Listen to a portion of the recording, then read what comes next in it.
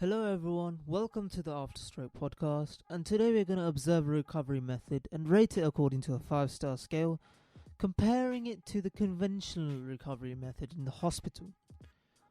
This is of course where the patient would usually be sitting in the hospital for 2 weeks before actually undergoing recovery and rehabilitation, and it could take over a year roughly for the person to get most of their processes back, which includes walking, speech, cognitive abilities. And I would say that this is very inefficient, and many people can agree with me in terms of how inefficient this is, because the model used for this recovery method is over 150 years old.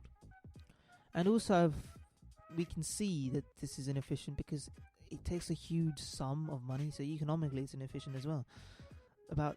And the stroke contributes to about £26 billion per year. About £4,400 can be saved from thrombolytic treatment, and a lot of things can be reduced. So like the time in the hospital, the time of the person's life spent on recovery. So we need a more recent method because, of course, like I said before, the model for this is over 150 years old.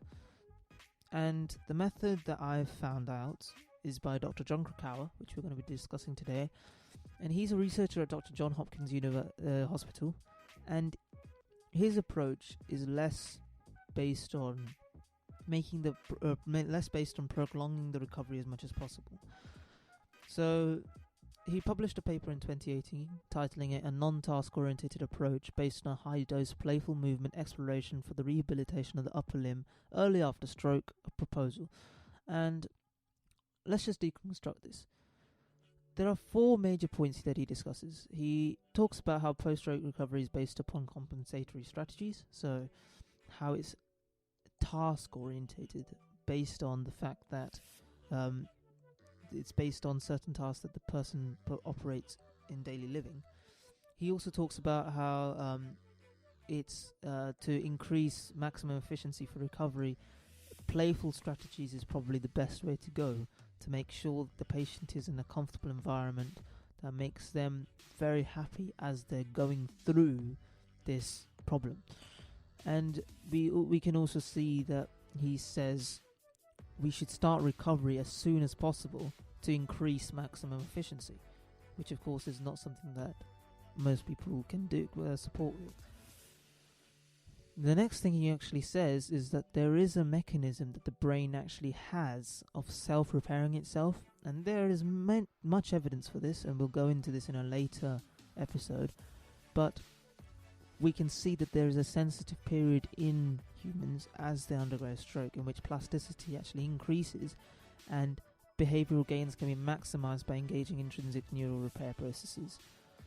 So let's go through this entire thing in detail. So number 1, talking about what he's suggesting against the compensatory strategies that we adopt to make sure that we can just go through daily life. He says that training a person to pick up a cup would only make them pick up a cup. So he's saying that task-orientated training is only specific to the tasks that they do. They won't be able to do things that they want in a various way because they're not practicing what they want. They're not practicing those neural processes to be able to do various tasks. So he says in his game, of course, if we look, we can see that he has this robotic arm that is controlling a dolphin in a game to make sure the dolphin can eat some fish. This is, of course, very interesting because the patient is controlling the arm, but it's not task orientated, of course, because it's not specific to a certain area. The next thing, of course, is how, as a child, it introduces childlike play mentality, which is very important when it comes to these sort of things, because when you introduce a childlike mentality, it makes the patient much happier, in a better mental state during recovery, and it also encourages faster development, which is very much what we're trying to achieve here. So overall, I would say currently his method looks pretty good, pretty good. But there is a kind of a problem. The problem is that, of course, as the title says, it only affects the upper limb. We can only see these recovery methods for the upper limb. We can see that it affects the arms, but that's it. We cannot see any strategies against lower limbs, which of course we can introduce, but we need some creative ideas for that process to happen. Although the overall concept is quite interesting. And if we look, it needs to be implemented. The game-like strategies needs to be implemented. In his video, he argues that 15% of the time in the first 2 weeks, the post-stroke is when the patient actually is mobile. So the critical window of recovery is not being used because, of course, as I said before, there's a self-healing mechanism within the brain in which the recovery is heightened due to the increased plasticity of the brain at that particular time. Of course, let's look at the studies that he has performed to actually observe this conclusion. So what they did was they took a lot of mice and trained them to grab the cheese before eating it. Of course, since they weren't fully trained, they had 60% chance of success, but then they introduced a stroke to this rat, and the result plummeted to 30%, which is natural, but they prolonged the recovery, so they made the mice to recover after a period of 5 days. But when that happened, the recovery never got quite above 40%, despite the progress. So we can see that they never quite reached the level that they were, and we've been taught that that's what stroke does to you. You lose neural processes, and you will never reach quite to the level that you were. However, then they performed the same experiment, but instead of prolonging the recovery, they made the recovery happen in the same day.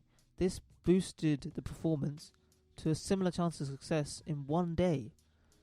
And sometimes, of course, the chance of success was higher.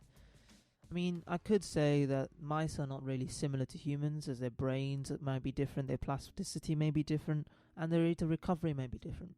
But the principle behind what he's saying is there. It's clearly obvious, and it's very much out there. And that's why what he said, the sensitive period where there's a period where brain pretty much self-heals itself. And we can see that we are missing out on this approach. We're missing out on this faster approach that would be much more effective and much easier to use. Instead, we're going for the more difficult option of trying to bring out neural residue and reducing neurospasticity, which of course takes a lot longer time and a lot longer costs, a lot more costs. I mean, I believe what he said is valid, of course. It does prolong the recovery, and it makes it more difficult to recover, but I also agree that tests has to be done before doing anything to assess the situation. Because otherwise, of course, if it was a ischemic or hemorrhagic stroke, of course I didn't get into this.